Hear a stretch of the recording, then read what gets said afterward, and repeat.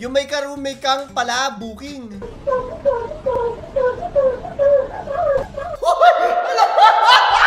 Ano ba yan? Ano ba yan?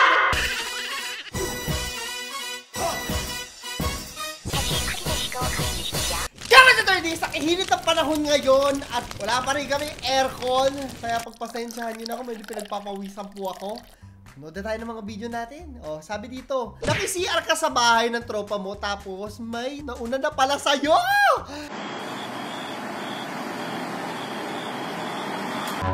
Naahas!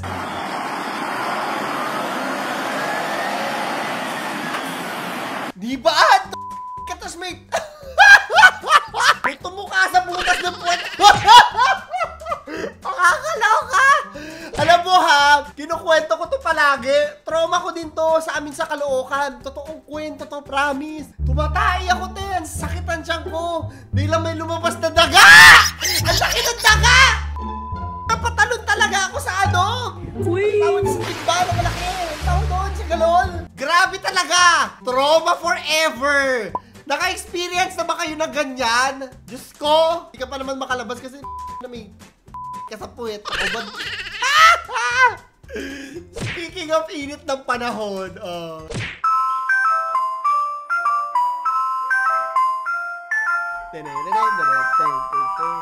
may ganyan pa ba? Ang init, no? Hindi na talaga kaya ng walang aircon kahit mahirap ka, ate. Talaga. Ibang level po talaga ang mga pangyayari sa Earth, nakakaloka. You can water, bitch! Lakas na nga ng tugma! Huh? Lakas na nga ng tugma! Lakas pa ng loob, my day.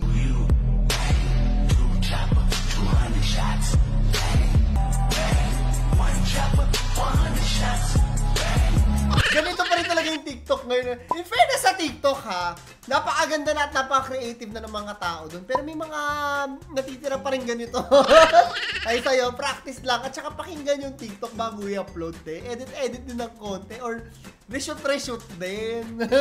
Hindi yung ano, ano ba naman dyan? Next one. Sabi dito, nakakaiyak maging financially unstable. Nakakainggit yung mga privileged people na ini-enjoy yung teenage life nila nang walang inaalala. Alam mo, magsikap ka ng magsikap kasi may dahilan kung bakit nahihirapan ka. Bilang isang lumaki rin sa hindi naman sa sobrang salat sa buhay, pero hindi kami mayaman. Naka-experience din kasi ako nung hindi kami kumakain, nung nakatambay ako sa comp shop kasi wala kaming kuryente. Pero ba't ganito yung ano natin ngayon? Naiyak ako. Mas may pagpapahalaga ka sa perang kinikita mo. Although naging magastos din ako noong unang beses ako kita ng pera. May mas pagpapahalaga ka sa pinaghihirapan mo. And more importantly, may mas pagpapahalaga ka sa pinaghihirapang pera ng iba. Yung nagbabayad ka ng utang kasi naiintindihan mo yung hirap nila. Yung mga ganung mga bagay. Tsaka mas masarap, no? Mas masarap yung may lesson ka dun sa pera mo. Mas masarap na may natutunan ka kasi naging magastos ka. Kasi naging ganito. Darating at darating din yung panahon para sa'yo. Maniwala ka sa akin. Masarap sa puso yan. Anyway, sana lahat ng nanonood dito, sprinkle ko kayo ng good luck at lahat na tayo maging financially stable. Napakahirap ng panahon ngayon sa totoo lang. Sabi nga nila, dagdag ko lang dito tal pinag-uusapan na natin. Ang flex ngayon hindi yung may sarili kang bahay, hindi yung may sarili kang sasakyan, kung hindi yung may financial freedom ka. Nakita ko sa TikTok to, tapos nagano sa akin, oo nga, parang ayoko na ng lahat ng hirap. Hindi naman required na bilhin lahat to. Mas masarap sa pakiramdam yung wala ka masyadong iniintindi financially. Yung may kalayaan ka sa paggastos mo. Hindi sa pagwawaldas ka ha, kundi malalaman nyo din pag wala na kayong mga utang, wala na kayong binabayaran. Ang sarap sa feeling, ang sarap sa feeling. Hindi ko pa alam kasi ako may mga binabayaran pa ako. Pero feeling ko, ang sarap-sarap niya sa pakiramdam. Next na nga! Sabi ni Sir, i-present daw namin yung favorite TV commercial namin. O, go! Ang galing ng Pilipino! Mga gaywan! Okay na yan, at least hindi Clover na Clover. Lahat ay simokin pati Pulsa. Clover. Ifig. Ay, dapat naman Ifig. Nakakaloka naman. Next one.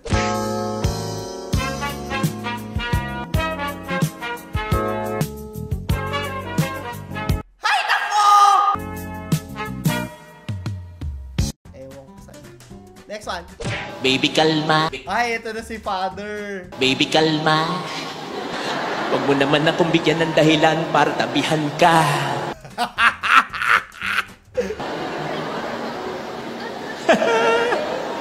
Ito pala yung TikTok mo. Ang weird na namin pa baby kalma sa church. Pero alam mo ako ha, paulit-ulit ko sinasabi to at sana tumatak sa mga isip niyo at may natututunan kayo sa akin. Hindi ako relihiyosong tao. Pero naiintindihan ko kung bakit nagsasalita ng ganito, no? Kung bakit nag-a-adapt yung mga pari, no? Para mas maintindihan sila ng mga bagong henerasyon. Naiintindihan ko yun. At saka, at the end of the day, no? Tao to mga to! Tao, mga pare, ang mga madre, nag-e-enjoy din sila, te. Nag-e-enjoy din sila. Alam mo yung pag yung teacher mo, nakasalubong mo sa labas, tapos parang ibang tao sila. Ganon. Tao lang din sila nag-e-enjoy, nagti-tiktok din pag wala sila sa misa, diba? Para sa akin ha, although hindi ko alam kung may say ako dito. Pero mas okay siya for me. Diba? Nakaka-interact yung mga bagets. Dahil sa ganyan. Ako lang yun. Kung galit kayo sa akin, persona ng grata niya. Eme lang! Tarbon to mga to. Pero okay yan. Kayo, yung mga conservative Christians, anong comment nyo sa ganyan? Okay ba siya or hindi dapat nagti-tiktok sa simbahan? Next one!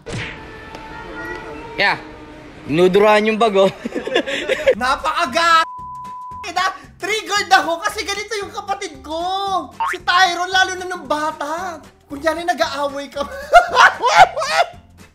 As may pulis kunyari sa tulog mo, inaabuso mo ako. Tapos ako din ko, anong gagawin ko? Talagang bata to niya. Siyempre, bata yung paniniwalaan yun. Mautak. Ginagawa pa sa inyo yun ng mga baget. Napaka ng kapatid ko doon, mautak talaga. Ang sarap kutusan. Salamat sa love ko siya. Next one. Yung may karume kang pala booking.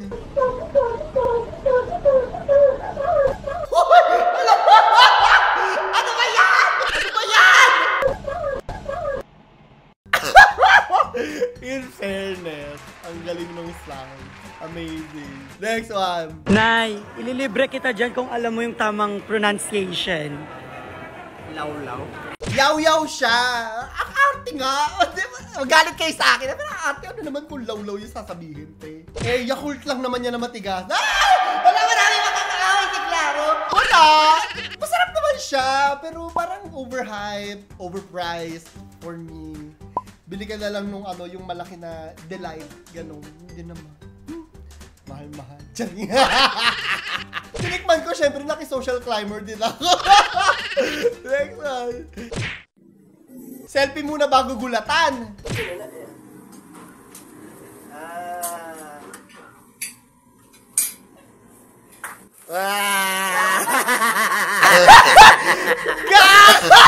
Natakot sila! Ay, nako. Isa pa nga. Replay nga natin.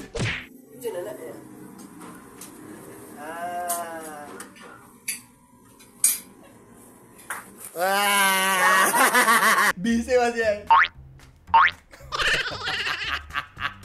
Next one! Uy, may bading! Saan? Saan? Uy, may criminal record! Saan? May baklang babae! Saan? Uy, BBC! Saan? Ano ba naman yan? Atay ka na! Atay ka na! Ay, bawal yan! Bawal yan! Illegal yan! Emmy, next one! Nakakauwi lang, galing sa trabaho.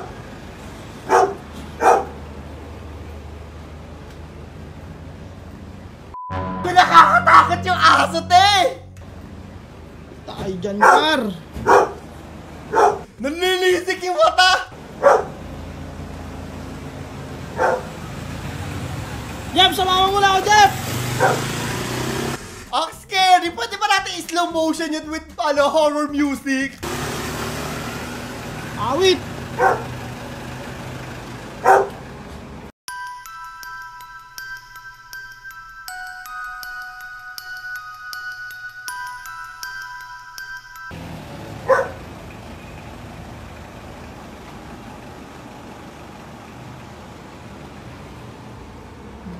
Oras na. Last try. Yung mga ganyan talaga mga aso na bully na nangaharang talaga. Lalo na pag barkada sila, ang tatapang talaga. Ay, nako! Anyways, nilaman po yung video natin para sa araw na to. Para sa ating question of the day. Babalik tayo sa TikTok kanina. Sa tingin nyo ba, no? Na okay sa inyo na ang mga pare nag-e-effort para matuto ng TikTok at magsalita ng lengguwahe ng mga Gen Z at mga Gen Alpha? Comment nyo sa ilalim. So, yun lamang po. Ito si Clara the Third. Kapaalam. I love you guys. Oh my God! Daming germs!